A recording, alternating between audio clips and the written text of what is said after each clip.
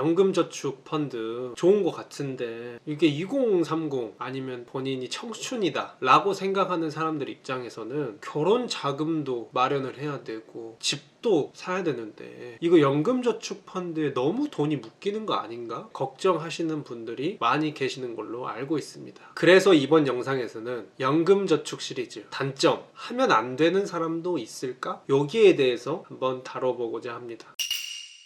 저는 이런 염려들이 나오는 것 자체가 우리나라의 어떤 잘못된 연금저축 문화에서 기인됐다고 생각합니다. 대부분 수식어가 이렇게 붙어요. 연말정산 필승카드, 연금계좌 활용한 세테크, 이 절세, 세액공제, 그리고 수익률 극대화 이런 쪽에 포커스를 맞춰놨어요. 그런데 제가 지금까지 연금저축 펀드를 소개해드리면서 절세용 황금계좌라고 말씀드린 것도 아니고 목돈 만들기용 황금계좌라고 말씀드린 것도 아니고 결혼자금용 황금계좌라고 말씀드리지도 않았습니다. 연금저축 펀드는 노후 대비용 황금계좌입니다. 본질 자체가 노후 대비를 위해서 하는 거예요. 그런데 지금 문화가 이 세액공제 148만원, 118만원 받을 수 있다니까 여기에만 포커스가 맞춰져 가지고 약간 군중심리처럼 148만원을 받을 수 있어? 나도 하면서 달라들었기 때문에, 그러니까 막상 가서 나중에 여행이라도 갈라치면 비혼주의 하겠다고 하다가 결혼이라도 할라치면 또 주택이라도 마련할라 치면은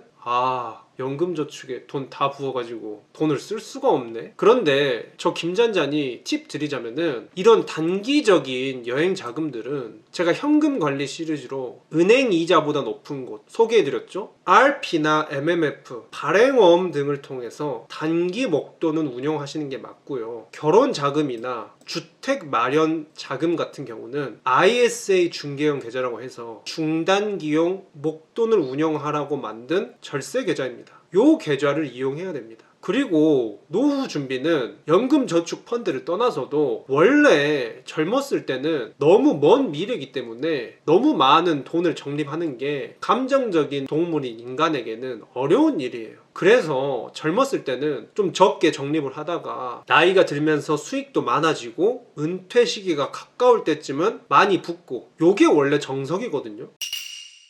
그래도 예측 불가능한 일들이 있잖아요. 살면서 병에 갑자기 걸린다거나 어떤 천재지변이 일어난다거나 이럴 때는 내가 노후 준비 자금으로 모아놓았던 그 조그만 돈마저도 개방을 해야 하는 이런 경우가 생길 수 있잖아요. 그런데 이런 경우는 우리 국가가 그렇게 만만하지 않습니다. 연금 계좌 설계하고 하는 사람들이 공부 꽤나 한 사람들인데 이런 천재지변이나 질병, 입원 치료가 필요한 경우, 이런 특수한 경우에는 다 봐줍니다. 이게 중도 해지 페널티를 부과하지 않는 예외 상황이 법적으로 규정이 되어 있고, 이 경우 서류 제출을 하면은 페널티를 주지 않고 연금소득세 3.3%에서 5.5% 저율 과세 그대로 혜택 적용받게끔 예외 사항으로 다 규정을 해놨습니다. 사람 사는 게 그렇게 팍팍하지 않아요. 그렇기 때문에 이런 식으로 답 없이 여행자금, 결혼자금, 주택 마련 자금 본인이 이상하게 연금저축펀드에 몰빵을 해놓지 않는 이상 이 연금저축펀드의 우수성은 절대로 폄하될 수 없다. 이 노후 대비를 위해서 대한민국 정부에서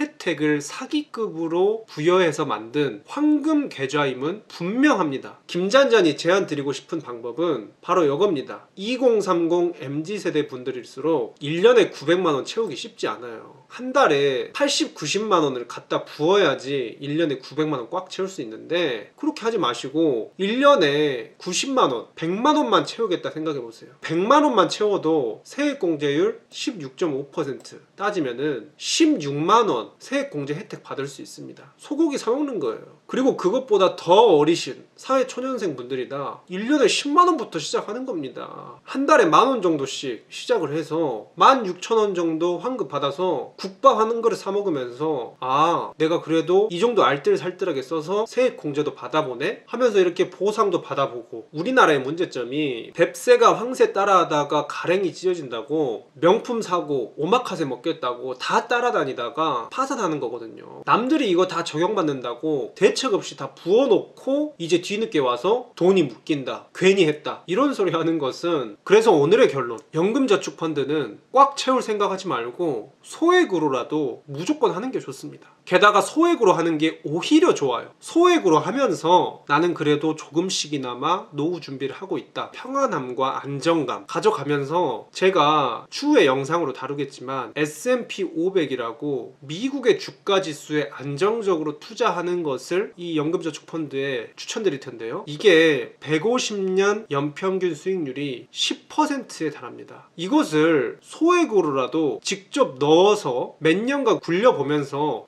이게 진짜로 돈이 불어나는구나. 게다가 돈을 모을 때 복리가 중요하다는 거 모르시는 분들 없을 겁니다. 복리의 핵심 포인트는 기간과 금액입니다. 젊으신 분들은 이 금액을 늘릴 수 없기 때문에 기간을 공략해야 되는데 젊음이라는 게 결국 시간이 많다는 거죠. 시간 빌 게이츠라는 건데 그래서 젊은 분들일수록 이 기간의 유리함으로 복리 효과를 극대화하기 위해서라도 연금저축펀드는 빨리 드는 게 오히려 권장될 만한 일입니다. 그래서 뭐다? 무조건 해라. 그리고 MZ세대라면은 더더욱 하루라도 빨리 가입해서 해라. 이 댓글에 비슷한 의견을 내주신 분이 있어요. 역시 어딜 가나 이렇게 합리적인 분들, 이분 직접 만나면은 저와 얘기가 잘 통할 것 같은데, 구독자 중 한 분이 다 좋은데 이건 진짜 집 있는 사람들이 해야 함. 집도 없는데 연금만 1억을 30살 전에 모으면 뭐함. 유유. 이런 우려들이 실제로 많은데 여기 바로 답변 주셨죠? 모든 좋은 상품은 본인 상황에 맞게 전략적으로 운영하면 됩니다. 중도 인출이 우려된다면은 애초에 세액공제를 받지 않고 과세 이연 혜택을 누리거나, 아니면은 여기서도 나오죠, ISA 중개용을 이용하고 집을 장만한 이후에 연금저축펀드를 이용하는 방법이 있겠네요. 저는 이 방법도 있지만 젊을수록 소액으로 시작해라 라고 추천을 드렸죠. 본인 상황을 중심으로 두고 좋은 상품들을 운용한다면은 집도 사고 노후 대비도 하고 다 가능할 겁니다. 화이팅! 그러니까 이 연금저축펀드가 좋은 상품이다라는 것은 절대 부정할 수 없습니다. 돈이 묶인다는 게 단점이 될 수도 없습니다. 그것을 단점으로 만드는 것은 본인 스스로다. 더불어 연금저축펀드의 단점으로 꼽히는 게 나중에 수령할 때 1년에 1,200만원 이상 수령 시 세금이 좀 많이 거치게 된다. 종합소득세로 넘어가서 이 부분이 있는데, 이 부분은 제가 또 다른 영상에서 빼도록 하겠습니다. 근데 결론부터 말씀드리자면은 이것도 그냥 무시하시고 넣으셔도 괜찮거든요. 이것보다 저는 다음 영상에서는 주의점, 실질적으로 단점이 아니라 주의해야 할 사항들, 이 중도 해지 페널티에 대한 사안들에 대해서 다뤄보고자 합니다. 지금 감기가 다 낫질 않아가지고 목소리가 원활하지 못했는데 여러분들께서 좋아요로 응원 많이 해주시면은 쭉쭉 빨리 회복해서 또 힘차게 찍어보도록 하겠습니다. 다음 영상 빠르게 받아보시려면 구독, 알림 설정 해주시면 유익한 콘텐츠 꾸준히 업로드 해드리도록 하겠습니다. 지금까지 김자찬이었습니다.